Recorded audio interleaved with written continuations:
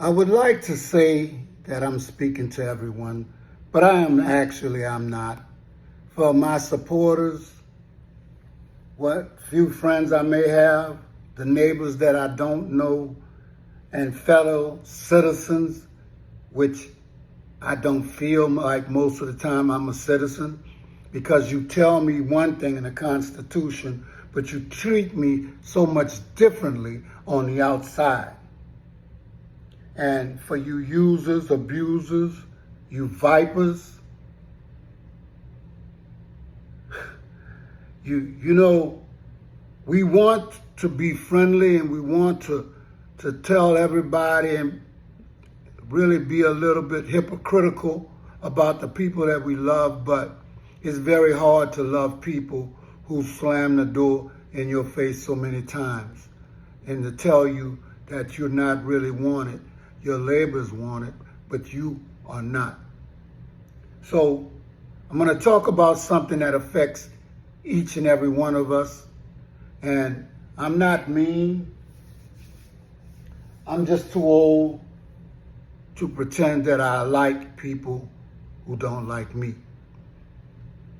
So it's about the society and what kind of society you want your kids to grow up in, what kind of society that you're going to help build, what kind of society and leaders that you're going to help govern everyone. Because at the heart of this conversation is a simple but powerful idea. We must hold our leaders accountable, but accountability alone is not enough. We must change or remove the systems and mechanisms that allow injustice to thrive, like police that don't police correctly, like leaders who don't lead, but they're worried about their own self-worth. So let's look at how we allow injustice to thrive.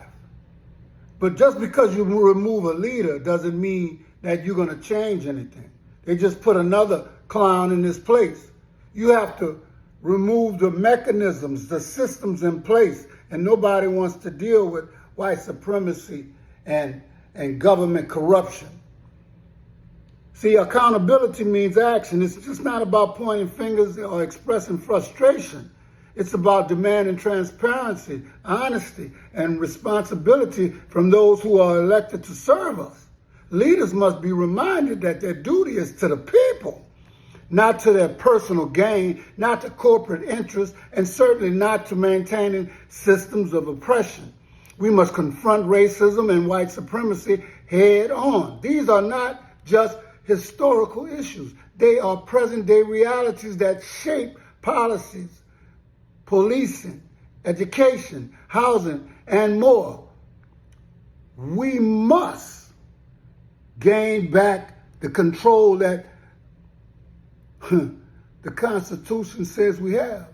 We also must identify and dismantle laws and practices that disappropriately harm communities of color, reform institutions that were built on a continuous basis to uphold racial inequality, educate ourselves and others about the roots and impacts of systemic racism.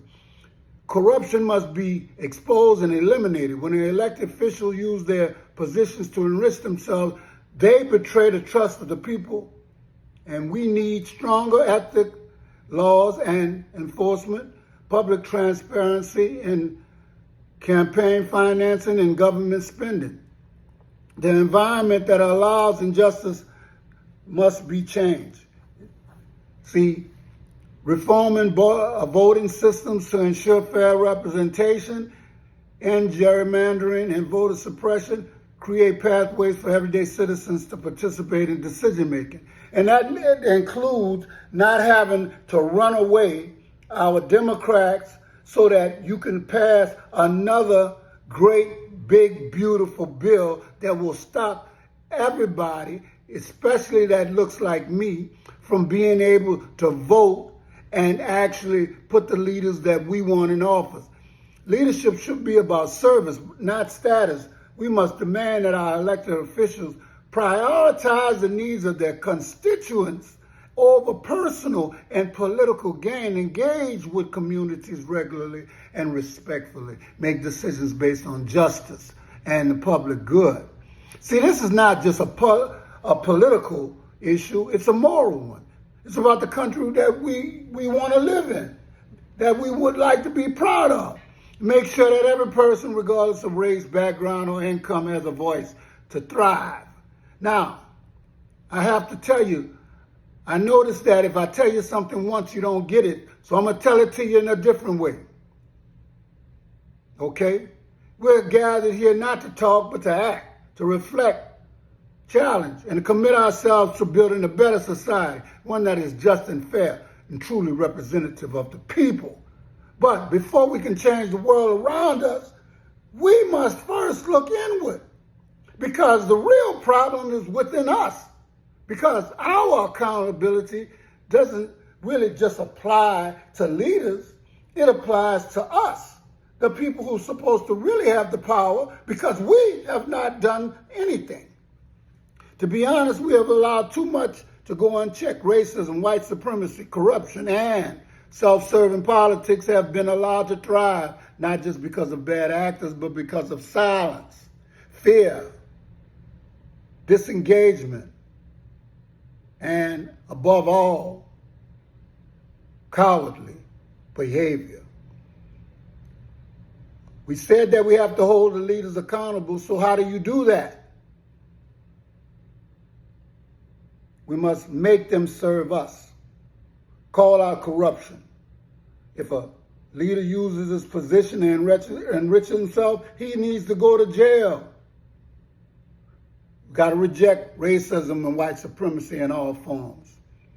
They are not just attitudes. They are systems. They show up in biased policing and sentencing, unequal access to education, housing, and healthcare, political rhetoric that divides rather than unites. We must dismantle these systems by any means necessary. We must change the mechanisms of injustice. You know, it's not enough to replace the leaders, like I said. We must change the rules that allow injustice to flourish. That means voting systems have to be reformed. Okay?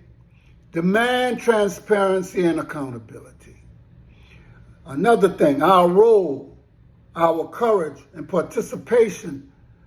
Let's talk about us, because we are the real perpetrators, not just the victims of a broken system.